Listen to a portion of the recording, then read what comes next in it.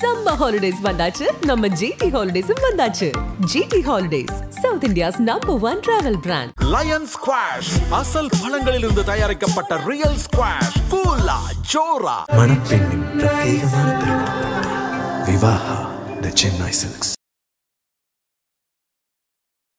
பங்குனி உத்திரத்துக்கான இந்த முருகனுடைய இந்த மெசேஜ், அதாவது இந்த செய்தி வந்து எப்படி நம்ம மக்களுக்கு வந்து சொல்ல போறோம்? அந்த 6 முருகர்ல அவங்க எந்த முருகரை வேணாலும் சூஸ் பண்ணிக்கலாம். இல்லை ஸ்பெசிஃபிக்காக எனக்கு இந்த ஒரு கேள்விக்கு இந்த முருகரை நான் சூஸ் பண்ணி பார்க்குறேன்னாலும் தாராளமாக பார்க்கலாம் அவருடைய மெசேஜ்.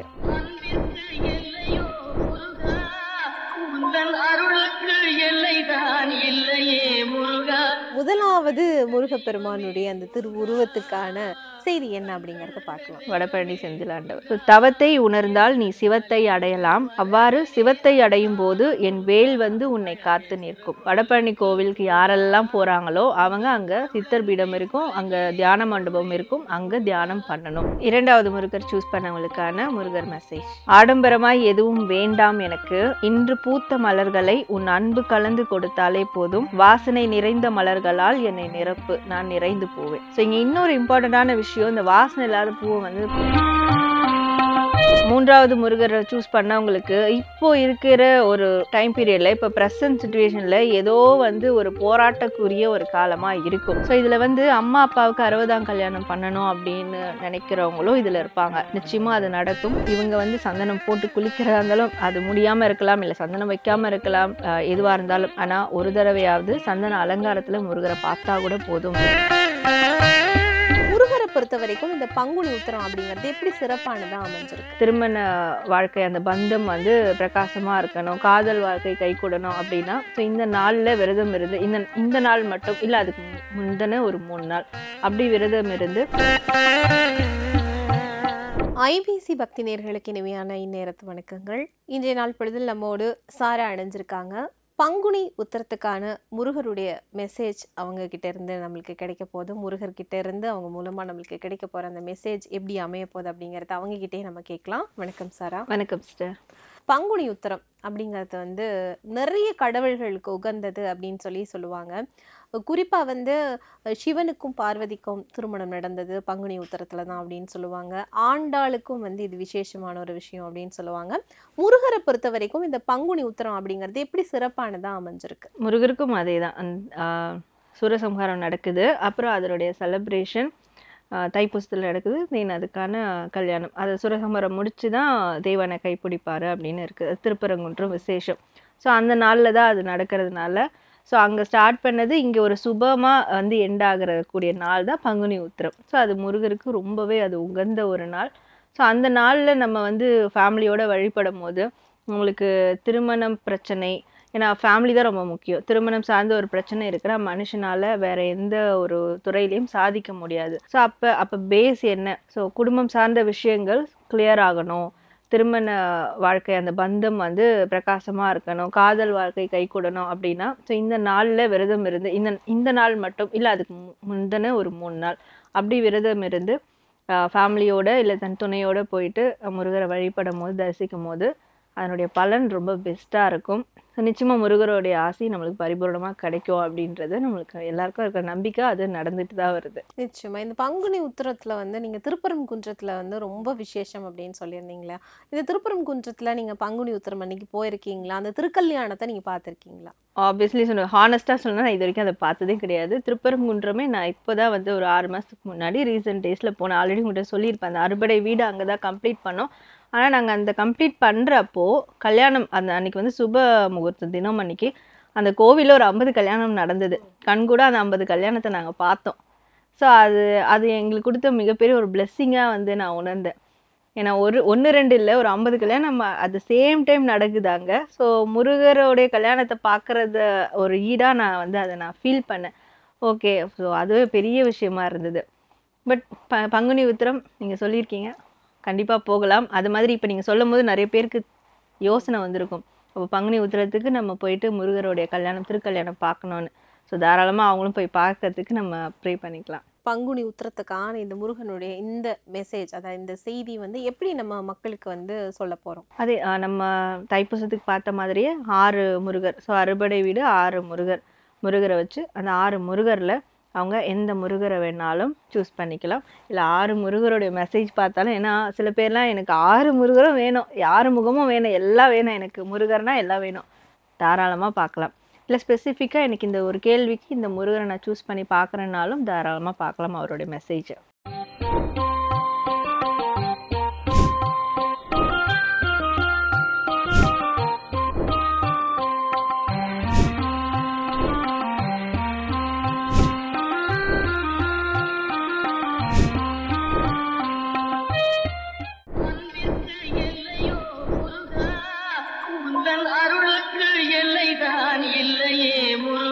முதலாவது முருகப்பெருமானுடைய அந்த திருவுருவத்துக்கான செய்தி என்ன அப்படிங்கிறத பார்க்கலாம். ஸோ முதல் முருகர் வடபழனி செந்திலாண்டவர். ஸோ பழனிக்கு அடுத்து ஒரு இணையான ஒரு கோவில்னா வடபழனி. ஸோ நம்ம இங்கே இருக்கிற லோக்கலில் இருக்கிறவங்களுக்கு தெரியும், அந்த வடபழனி கோவிலில் எவ்வளோ அடிக்கடி போகக்கூடிய ஒரு இடம். அங்கே நிறைய விஷயங்கள் இருக்குது. ஸோ தியான மடம் இருக்காங்க. அந்த தியான மடம் போயிட்டு அங்கே தியானம் பண்ணும்போது, அந்த சித்தர் பீடத்தில் தியானம் பண்ணும்போது அவ்வளோ ஒரு வைப்ரேஷன் கிடைக்கும். நம்மளுடைய வாழ்க்கை அந்த பாதை நம்மளுக்கு தெரிய வரும்.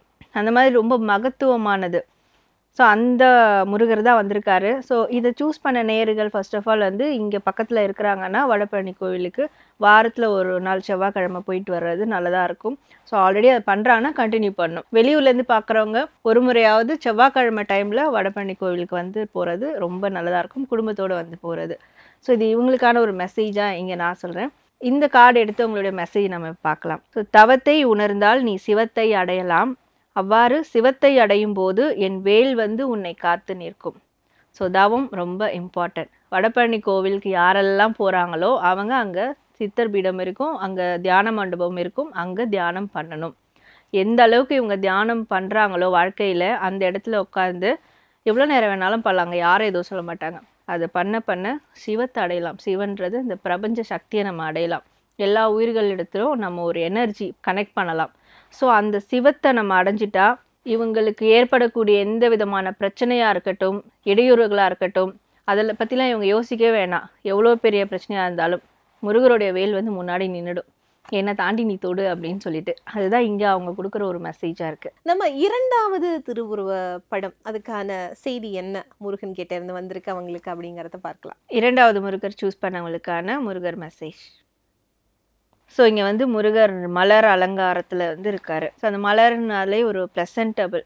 நம்ம எவ்வளோ தான் வந்து ப்ரீஷியஸான ஒரு அலங்காரம் பண்ணாலும், நம்மளே வந்து அதாவது எவ்வளோ தான் அலங்காரமாக ஒரு வீட்டை வச்சுருந்தாலும், ஒரு பெண் எவ்வளோதான் அலங்காரமாக இருந்தாலும், அங்கே ஒரு சின்ன ஒரு பூ வந்து உட்காந்துச்சுன்னா தலையில், அது அவ்வளோ ஒரு ப்ளசன்டபுளாக இருக்கும். அந்த இடமே, அந்த ஏதோ ஒரு டெக்கரேஷன் எடுக்குது, அந்த இடத்துல ஒரு மலர் எடுத்துகிட்டு வந்தாலும் அது அவ்வளோ ஒரு ப்ளசன்டபுளாக இருக்கும். ஸோ அதே தான் கடவுளுக்கும் நம்ம மலர் வச்சு பூஜிக்கிறது. நம்ம எவ்வளோ வைடூரியம், எவ்வளோ வந்து நவரத்னங்கள் போட்டாலுமே மலரை வச்சு நம்ம பூஜிக்கிறது அவ்வளோ ஒரு ப்ளசன்டபுளாக இருக்கும், மனதுக்கும் அவ்வளோ ஒரு குளிர்ச்சியாக இருக்கும். அந்த ஒரு வைப்ரேஷன் வேறு மாதிரி இருக்கும். ஸோ முருகர்கிட்ட எனக்கு என் சைடு எதுவும் மிகப்பெரிய ஒரு பணபலம் இல்லையே, நான் ஏதோ ஒன்று சம்பாதிக்கிறேன், நான் கஷ்டப்படுற நிலைமையில் இருக்கேன், இல்லை நான் இந்த மாதிரியான ஒரு சாதாரண வாழ்க்கையை வாழ்கிற முருகா, என்னால் உன்னை திருப்திப்படுத்த முடியுமான்னு எனக்கு தெரியல அப்படின்னு நினைக்கவே வேண்டாம். ஒரு 100 ரூபாய்க்கு பூ வாங்கி கூட, அப்படியே அதை வந்து ஒரு உதிரி பூ வாங்கி கூட முழு மனதோடு அந்த முருகர் பாதத்தில் சமர்ப்பிச்சா, அவருக்கு அந்த மலர் அலங்காரம் செஞ்சால் அதுவே போதுமானது. அதுவே முருகர் மனசு நிறைஞ்சு அவங்களுக்கும் நிறைய விஷயங்களில் பிளெஸ்ஸிங்கை கொடுப்பாரு அப்படின்ற மாதிரி தான் இங்கே இந்த கார்டு வந்திருக்கு. ஸோ மேற்கொண்டு அந்த மெசேஜை நான் படிக்கிறேன். ஆடம்பரமாய் எதுவும் வேண்டாம் எனக்கு, இன்று பூத்த மலர்களை உன் அன்பு கலந்து கொடுத்தாலே போதும், வாசனை நிறைந்த மலர்களால் என்னை நிரப்பு, நான் நிறைந்து போவேன். ஸோ இங்கே இன்னொரு இம்பார்ட்டண்ட்டான விஷயம், இந்த வாசனை இல்லாத பூவை வந்து சாமிக்கு போடுறது சஜஷன் பண்ணவே மாட்டாங்க. ஸோ இப்போது அதெல்லாம் வந்து நிறைய வந்துருச்சு. வாசனை இருக்கிற பூவை வந்து சாமிக்கு சாத்தணும், அதுதான் வந்து ரொம்ப நல்லது. ஸோ அது ஒரு எனர்ஜி, நம்மளுக்கு ஒரு கிளென்சிங் எனர்ஜி கொடுக்கும். ஸோ வீட்டிலேயே வந்து வாசனை பூவை போட்டு உட்காந்து விளக்கேற்றி வச்சா அந்த ஒரு கிளென்சிங்க்கும் வாசனை இல்லாத பூ போடுறதுக்கும் நிறைய டிஃப்ரெண்ட் நம்மளாலே உணர முடியும். வாசனை உள்ள பூவை தான் சாமிக்கு படைக்கணும், போடணும். முருகருக்கு நம்ம ஒரு பூ சாத்தணும் அப்படின்னா நீங்க என்ன பூவை வந்து சஜஸ்ட் பண்ணுவீங்க? எது சாத்தணும் நம்ம அந்த முருகருக்காக அப்படின்னா? முருகருக்குன்னு ஸ்பெஷலாக அந்த செவ்வரளி. செவ்வரளியில் அது ஒரு மாதிரி ஒரு மாதிரி துவர்ப்பு வாசனை வந்து வரும் அந்த செவ்வரளியில். வாசனை இல்லாத மலர் போடக்கூடாது, ஆனால் இந்த துவர்ப்பு வாசனை வர அந்த செவ்வரளியை வந்து முருகருக்கு போடலாம். அது ஏன்னா நம்மளுக்கு ப்ரொடெக்ஷனுக்கு, நான் இந்த ஒரு பிரச்சனையில் பாதிக்கப்பட்டிருக்கேன் முருகா, என்னை அதுலேருந்து காப்பாற்றுன்னு அந்த செவ்வரளியை வந்து நம்ம சமர்ப்பிக்கலாம். அது ரொம்ப உகந்தது. அது இல்லாமல் வாசனையான பூ வந்து முருகருக்கு வந்து போடணும் அப்படின்னா மல்லிப்பூ போடலாம். ஸோ மல்லிப்பூ ரொம்ப ரொம்ப உகந்தது. அதோட வாசனை வேறு எதுவுமே கிடையாது, போடலாம். ஜாதி மல்லி வரும். ஸோ அது கிடைக்காத டைமில் இந்த ஜாதி மல்லி அதுவும் நல்ல வாசனையாக இருக்கும். நித்திய மல்லி இருக்கும், வீட்டிலலாம் வந்து நம்ம வளர்ப்போம். அது நித்திய மல்லி வீட்டில் வளர்த்தோன்னா அதை எடுத்து நம்ம கையாலே கட்டி முருகருக்கு போடலாம். ஸோ அந்த மாதிரி வாசனையான பூ எது போட்டாலுமே முருகர் ஏற்றுப்பார். 3வது திருவுருவ படத்தை வந்து தெரிவு செஞ்சவங்களுக்கான இந்த பங்குனி உத்திரத்துக்கான செய்தி என்ன? ஸோ 3வது முருகர் எடுத்தவங்களுக்கான ஒரு மெசேஜ், முருகர் மெசேஜ். 3வது முருகரை சூஸ் பண்ணவங்களுக்கு இப்போ இருக்கிற ஒரு டைம் பீரியடில், இப்போ ப்ரெசன்ட் சுச்சுவேஷனில் ஏதோ வந்து ஒரு போராட்டக்குரிய ஒரு காலமாக இருக்கும். எதிரிகளால் தொல்லைகள் இருக்கலாம், இல்லை வந்து ஃபேமிலிக்குள்ளே ஒரு பிரச்சனை இருக்கலாம், செய்கிற தொழில் வேலையில் ஒரு போராட்டம் இருக்கலாம், படிப்பில் ஒரு ஏதோ ஒரு போராட்டம் அவங்க லைஃப்பில் இருக்குது. ஸோ இந்த போராட்டத்துலேருந்து நான் எப்படி விடுவிக்க போகிறேன் முருகா, நான் எப்படி இதுலேருந்து வெளியேறது, இந்த போராட்டம் முடியாதா அப்படின்ற மாதிரி ஒரு கேள்விகளோட இந்த முருகரை செலக்ட் பண்ணி பார்த்துருந்தாங்கன்னா, ஸோ அவங்களுக்கான பதில் இங்கே வருது. நான் என்னன்றது சொல்கிறேன். தர்மத்திற்கும் அதர்மத்திற்கும் போர் என்று வந்துவிட்டால் எதற்கும் கலங்காதே, துணிந்து நில், உன்னுடன் இருப்போருடன் சேர்ந்து போராடு, வெற்றி உனக்கே. ஸோ தர்மம்னு ஒன்று இருந்தால் அதர்மம்னு ஒன்று இருக்கும். கடவுளுக்கே வந்து டஃப் கொடுக்குற மாதிரி தான் இந்த பக்கம் வருவாங்க ஆப்போசிஷன்ஸ். ஸோ அப்போது நம்ம துணிஞ்சு எதிர்த்து போராடணும். ஆனால் அந்த எதிர்த்து போராடும் போது தனியாக நிற்கக்கூடாது. நம்மளோட இருக்கிறவங்க, நம்மளுக்கு சப்போர்ட் பண்ணுறவங்க, இல்லை நம்மளோட இருக்கிறவங்களுக்கு எதனா ஒரு பிரச்சனைனாலும் அவங்களுக்கு தானே பிரச்சனை, எனக்கு என்ன, நான் என் பிரச்சனை மாட்டிக்கணும் அப்படி இல்லாமல், உங்களோட இருக்கிறவங்களுக்கு ஒரு பிரச்சனைனா நீங்கள் போய் துணிந்து நின்று போராடுங்க. அப்போது உங்களுக்கு ஒரு பிரச்சனைனா கண்டிப்பாக முருகர் துணையாக வந்து உங்களுக்கு நிற்பார். ஸோ அந்த மாதிரி இப்போ ஏதாவது என்னை சார்ந்தவங்களுக்கு, என் ஃபேமிலியில் இருக்கவங்க ஒரு பிரச்சனைனா நீங்கள் ஒதுங்கி நின்று வேடிக்கை பார்க்கக்கூடாது, நீங்கள் போய் இப்போ போராடணும். அப்போ உங்களுக்கு ஒரு பிரச்சனை வரும்போது முருகர் நிச்சயமாக உங்களுக்கு அந்த துணையாக இருப்பார் அப்படின்றது ஒன்று. இன்னொன்று, உங்கள் ஃபேமிலியோடு சேர்ந்து நின்று போராடுங்க, தனியாக போராடாதீங்க. உங்கள் ஃபேமிலி சப்போர்ட் உங்களுக்கு ரொம்ப இம்பார்ட்டன்ட். இல்லை உங்களை சுற்றி இருக்கிற ஒரு உண்மையான நபர்களுடைய சப்போர்ட் ரொம்ப இம்பார்ட்டன்ட். அவங்களோட சேர்ந்து நீங்கள் போராடும் போது நிச்சயமாக அதை வெற்றியை காண்பீங்க, அந்த பிரச்சனையை முறியடிச்சிருவீங்க. ஸோ முருகரும் உங்களுக்கு துணையாக இருப்பார் அப்படின்றதா. மேபி முருகர் வந்து அவங்கள சுற்றி இருக்கிற அந்த நல்ல மனிதர்கள் மூலிமா கூட முருகர் அவங்களோட நின்று போராடுவார், அதை சொல்ல முடியாது. அதனால் தனித்து நின்று போராட வேண்டாம், கூட்டத்தோடு நின்று, அதாவது தன்னை சுற்றி இருக்கிறவங்க நல்ல உள்ளவங்களோட நின்று போராடினா வெற்றி எப்போவுமே அவங்க சைட் தான் இருக்கும். முருகரும் நிச்சயமாக அவங்களுக்கு துணையாக இருப்பார் அப்படின்றது அவங்களுக்கான மெசேஜ். 4வது திருவுருவ படத்தை வந்து செலக்ட் பண்ணவங்களுக்கான இன்றைய செய்தி அப்படிங்கிறது என்ன அப்படிங்கிறத பார்க்கலாம். ஸோ 4வது முருகர் இவங்களுக்கான ஒரு முருகர் மெசேஜ். ஸோ இந்த 4வது முருகர் சூஸ் பண்ணவங்களுக்கு கல்யாணம் ஆகணும், இல்லை வீட்டில் சுபகாரியம் நடக்கணும், கிரகப்பிரவேசம் நடக்கணும், குழந்தை பிறக்கணும், என் வீட்டில் வந்து நல்ல காரியம் சீக்கிரம் நடக்கணும், அந்த சுபமங்கலமான நிகழ்வுகள் என் வீட்டில் நடக்கணும், அட்லீஸ்ட் பூஜையாவது நான் டெய்லியும் செய்யணும், அந்த பூஜை மணி சத்தமாவது எனக்கு கேட்கணும், அந்த மாதிரியான ஒரு விஷயம் அவங்க முன்னெடுக்கிறாங்க. அதுக்கே ஒரு ஆர்வமாக இருக்கிறாங்க. அப்படின்னும் போது முருகர் சொல்லக்கூடியது கண்டிப்பாக சீக்கிரமாக அவங்க வீட்டில் ஒரு மங்களகரமான ஒரு நிகழ்வு நடக்க இருக்குது அப்படின்றாரு. ஸோ அதுக்கு இவங்க குடும்பத்தோட சந்தோஷமாக இருக்கணும். ஸோ அப்போ அங்கே ஏதோ ஒரு லேகிங்காக இருக்குதுன்னு நினைக்கிறேன். அந்த குடும்பத்தில் இருக்க சந்தோஷம் ரொம்ப குறைவாக இருக்குது. ஒன்று அந்த அழுகை சத்தம், இல்லை சண்டை சத்தம், இது அதிகமாக இருக்குது போல், அதை நிச்சயமாக குறைச்சிக்கணும். முருகரை வழிபடும் போது அது ரெண்டும் அங்கே இருக்கக்கூடாது. சந்தோஷம் மட்டும்தான் இருக்கணும், சிரிப்பு சத்தம் மட்டும்தான் இருக்கணும். அது இருந்தால் இவங்க எதிர்பார்க்குறது நிச்சயமாக சீக்கிரமே அங்கே வந்து நடக்கும். முருகர் அதை நடத்தி கொடுப்பாரு அப்படின்ற ஒரு மெசேஜோடு வருது. ஸோ மேலும் அந்த மெசேஜ் நான் சொல்கிறேன். விரைவில் உன் வாழ்க்கையில் மங்களகரமான நிகழ்வுகள் நிகழ இருக்கிறது, உன் குடும்பத்துடன் மகிழ்ச்சியாக இருப்பாய். ஸோ இதில் வந்து அம்மா அப்பாவுக்கு 60ஆம் கல்யாணம் பண்ணணும் அப்படின்னு நினைக்கிறவங்களும் இதில் இருப்பாங்க. நிச்சயமாக அது நடக்கும். அதற்கு முன்னாடி நீங்கள் உங்கள் குடும்பத்தோட சந்தோஷமாக இருங்க, அப்போ தான் இதெல்லாம் நடக்கும். நீங்கள் வந்து ஏதோ ஒரு சண்டை, ஏதோ ஒரு சோகம், கவலை, அழுகையில் இருந்தீங்கன்னா இதெல்லாம் நடக்காது, அது வந்து தடைப்படும். முருகர்கிட்ட அதெல்லாம் விட்டுட்டு காலடியில் சமர்ப்பிச்சுட்டு சந்தோஷமாக இருங்க. சீக்கிரமாகவே அந்த குட் நியூஸ், மங்களகரமான காரியங்கள்லாம் நடக்கும், நல்ல விதமாக நடக்கும், எந்த தங்கு தடையும் இல்லாமல் அப்படின்றது தான் முருகர் அவங்க தரக்கூடிய ஒரு மெசேஜ். 5வது திருவுருவ படத்தை செலக்ட் பண்ணவங்களுக்கு இன்னைக்கு அவங்களுக்கான மெசேஜ் அப்படிங்கிறத நம்ம பார்க்கலாம். ஸோ 5வது முருகர் இவங்களுக்கான முருகர் மெசேஜ். ஸோ மனதளவில் ஏதோ ஒரு குழப்பம் இருக்குது, ஒரு ஸ்ட்ரெஸ் இருக்குது. ஆல்மோஸ்ட் வந்து ஸோ மனதில் வந்து எப்போவுமே மைண்டில் ஒரு குழப்பம் இருக்குது, ஏதாவது ஒரு விஷயம் ஓடிக்கிட்டே இருக்குது, அது வந்து நம்ம அமைதிப்படுத்தாமல் ஏதாவது ஒன்று ஓட விட்டுக்கிட்டே இருக்கோன்னா ஆட்டோமேட்டிக்காக பாடி வந்து ஹீட் ப்ரொடியூஸ் பண்ணும். ஸோ நம்மளுக்கு அந்த ஹீட் வந்து வெளியேற்றிக்கிட்டே இருப்போம். ஸோ மனசில் வந்து அமைதி இல்லைன்னா அந்த மாதிரி அப்போது அந்த ஹீட் நம்ம ப்ரொடியூஸ் பண்ணிக்கிட்டே இருக்கோம். அதனால் உடல் சார்ந்த பிரச்சனையும் ஏற்படும், அந்த மனம் சார்ந்த பிரச்சனையும் இன்னும் அதிகமாகும் நாளுக்கு நாள். ஸோ இந்த சந்தனம் வந்து கொடுக்குறதே அதுக்கு தான். நம்ம சந்தனம் இங்கே நெத்தியில் விட்டுக்கணும். சில பேர் சந்தனத்திலே குளிப்பாங்க, சந்தனத்தை வந்து ஊற வச்சுட்டு கூட குளிப்பாங்க. அது எல்லாமே அந்த ஹீட்டை அப்சர்வ் பண்ணும், அந்த மைண்டுக்கும் ஒரு குளிர்ச்சி தரும். ஸோ இங்கே சொல்கிறதும் அதுதான். ரொம்ப நாளாக நீ ஒரு பிரச்சனையில் இருக்கிற, மனதளவில் ஒரு உளவில் சார்ந்த பிரச்சனையில் இருக்கிற, ஸோ இதனால் உன் உடல் நலம் பாதிக்கப்படுது.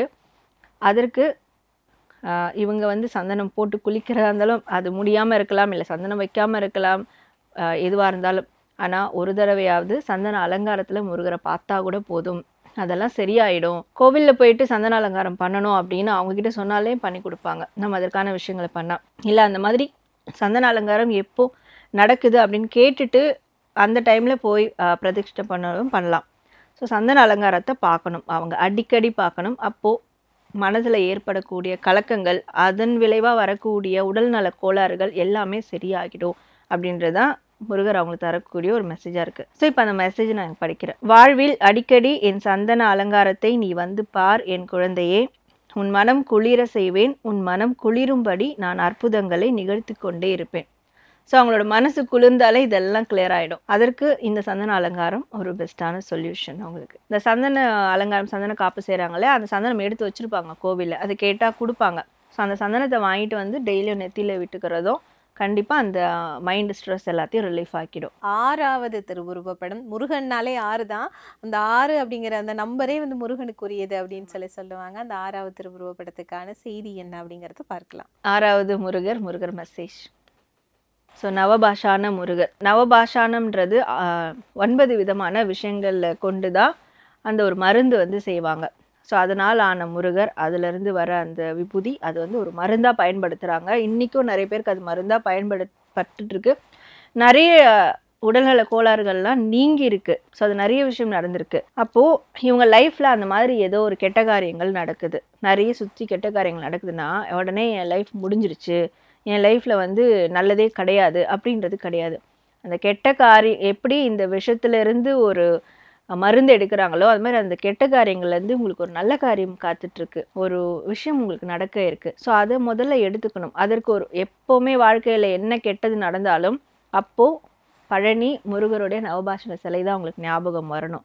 ஏன்னா அந்த ஒரு விஷயத்துலேருந்து தானே மருந்தே வருது. அப்போ இதுலேருந்து தான் நம்மளுக்கு நல்லது, நல்ல காலம் இருக்குது, நல்ல வாழ்க்கை இருக்குது அப்படின்றத அவங்க அடிக்கடி நினைவு கூறணும். ஒன்று. இன்னொன்று, எதையுமே அளவுக்கு மீறி கொண்டு போகக்கூடாது. ஸோ அளவுக்கு மீறும் போது அமிர்தம் கூட நஞ்சாகலாம். அமிர்தத்தை விட ஒரு உயர்ந்த ஒரு விஷயம், ஸ்வீட்னஸ் எப்படி வேணா எடுத்துக்கலாம், இல்லை அதுவே நஞ்சாகும் போது மற்ற விஷயங்கள்லாம் அதுக்கு கீழே தான். ஸோ எதையுமே எக்ஸ்ட்ரீமாக கொடுக்கும்போது, ஒரு அன்பை கூட எக்ஸ்ட்ரீமாக கொடுத்தா அது திகட்டிடும் ஆப்போசிட்டில் இருக்கவங்களுக்கு. ஸோ அதனால் எதுவும் எக்ஸ்ட்ரீமாக போகக்கூடாது, எல்லாமே ஒரு அளவோடு இருக்கிறது தான் நல்லது அப்படின்றது. நிச்சயமாக வாழ்க்கையில் நடக்கக்கூடிய நச்சுத்தன்மை வாழ்ந்த விஷயங்கள்லேருந்தும் நம்மளுக்கு வாழ்க்கை இருக்குது அப்படின்றதும் முருகர் இங்கே அவங்களுக்கு வலியுறுத்துறாரு. ஸோ அதற்கான ஒரு மெசேஜ் படிச்சிடுறேன். அளவுக்கு மீறினால் அமிர்தமும் நஞ்சாகலாம், ஆனால் சில நேரத்தில் அந்த நஞ்சும் உன் வாழ்க்கையை திருத்தி அமைக்கக்கூடிய வல்லமை பெற்றது. பயத்தை விடு. ஸோ பயம்தான் இவங்களுக்கு பெரிய எதிரியே. இது ஆயிடுச்சே, இப்படி ஆயிடுச்சேன்னு அந்த பயத்தை விட்டுட்டா எல்லாம் சரி. அந்த பயம் வருதுன்னா பழனி ஆண்டவரை நினச்சிட்டா போதும். பழனி ஆண்டவர் அது நவபாஷான உருவத்தால் ஆன ஆண்டவர், தெய்வம் தான். நிச்சயமா. அதாவது இந்த பங்குனி உத்தரத்துக்கு வந்து பார்த்தீங்க அப்படின்னு சொன்னால் 6 முருகனுடைய திருவுருவ படத்தை வந்து நம்மளுடைய நேர்களுக்கு கொடுத்துருக்கோம். முருகர் என்ன செய்தி வந்து அவங்களுக்கு சொல்கிறாரு அப்படிங்கிறத அவங்க தனித்தனியாக வந்து உணர்ந்திருப்பாங்க. இந்த நேர்காணலுக்கு நன்றி சார். ரொம்ப நன்றி. சம்மர் ஹாலிடேஸ் வந்தாச்சு, நம்ம ஜிடி ஹாலிடேஸும் வந்தாச்சு. GT holidays, South India's #1 travel brand. Lion squash, அசல் பழங்களிலிருந்து தயாரிக்கப்பட்ட ரியல் ஸ்குவாஷ், கூலா ஜோரா. மணப்பெண்ணின் பிரத்யேகமான பெருமை. Vivaha, the Chennai Silks.